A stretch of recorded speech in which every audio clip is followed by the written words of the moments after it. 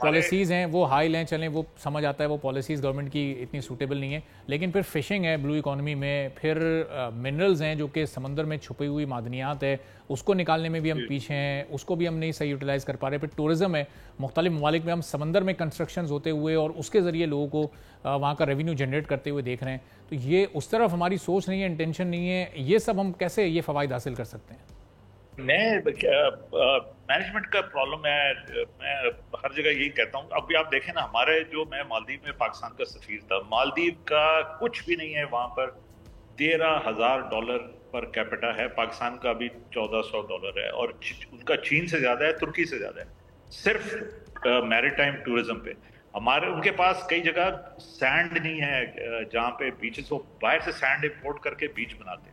ہمارا جو ساحل ہے اتنا خوبصورت ہے بلوچستان کا، اور ہم نے کیا کیا ہوا ہے کہ ایک پہلے مس مینجمنٹ، ابھی ایک اور شروع ہو گیا ہے کہ ہر چیز پہ آپ کو ایک سیکیورٹی کلیئرنس لینی پڑتی ہے. اب وہ جب آپ سیکیورٹی کلیئرنس کے لیے ڈالتے ہیں تو وہ پڑی رہتی ہے. اب اس طرح کوئی اکنامک ایکٹیویٹی تو نہیں ہو سکتی کہ آپ پیسے لانا چاہتے ہیں، آپ بنانا چاہتے ہیں، مگر آپ خاص ذرا تھوڑا، چونکہ آپ مالدیوز میں بھی رہے، وہاں کا اگر آپ تھوڑا آنکھوں دیکھا حال ذرا بتائیں کہ وہاں کے لوگ کس طرح یوٹیلائز کر کے وہ 13,000 پر کیپٹا اپنی انکم پر پہنچ گئے. چونکہ پاکستان میں بھی وہ ساحلی پٹی ایک بہت طویل ہے، لیکن یہاں ہم دیکھ رہے ہیں کہ اس طرح سے نہیں فائدہ اٹھایا جا رہا. ان لوگوں نے ایسا کیا مختلف کیا ہے؟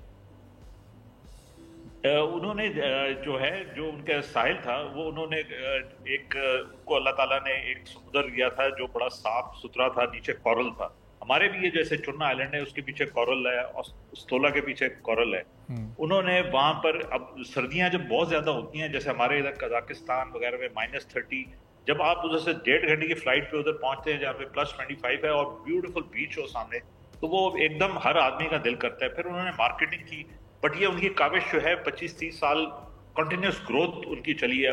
$100 پر کیپٹا سے سٹارٹ ہوئے ہیں اور $13,000 اس وقت. یعنی وہ ٹورزم پر انہوں نے کام کیا، وہاں ٹورسٹ آتے ہیں، مختلف ممالک سے لوگ آتے ہیں، گھومتے پھرتے ہیں. جی سارے ٹورسٹ ان کے.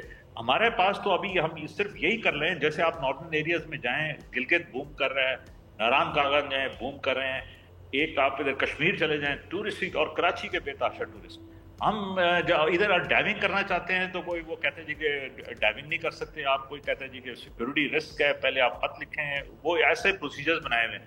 پورا پنجاب آپ سوچیں سمندر پہ آ کے ہالیڈیز اگر گزارنے کو تیار ہے. اگر ہم چھوٹے چھوٹے یہ بنا دیں تو آپ سوچیں جو اکنامک ایکٹیویٹی اس وقت جو لوگ رچ ہو رہے ہیں، ناران کاغان میں 1000-2000 ہوٹل بنے ہوئے ہیں، گلگت میں بوم ہو رہا ہے، تو یہ ساحلی پٹی پہ کیوں نہیں ہو سکتا؟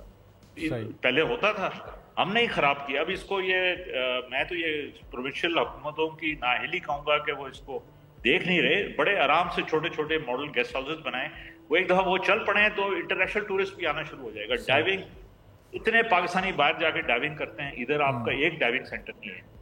انڈیا بھرا ہوا ہے، ایران آپ کے ساتھ بھرا ہوا ہے ڈائیونگ سینٹر سے. یہاں پہ وہ آپ رولز بنائیں، کوئی اس پہ کسی منسٹری کو بھیجیں، کوئی اپروول نہیں آتا. اگر اپروول آ جائے تو کوئی اسٹے آرڈر لے کے بیٹھ جاتا ہے. بڑا ہی مینجمنٹ کا پرابلم ہے، بہت سخت. تو اس کو جب تک ہم ختم نہیں کریں گے اور اس کو آزادی دیں لوگوں کو، گورنمنٹ بالکل کم ہو، لوگوں کو آزادی دیں، جو لوکل ادھر ہیں وہ خود بخود یہ چیزیں نکالیں گے. اور بہترین، ابھی آپ کیا کر رہے ہیں، لوگوں کا دماغ بند کر رہے ہیں. آپ ان کو ریگولیشنز میں اتنا ڈال رہے ہیں کہ وہ اپنا دماغ لگا ہی نہیں رہا. سبسکرائب کریں اور بیل دبائیں تاکہ کوئی خبر رہ نہ جائے.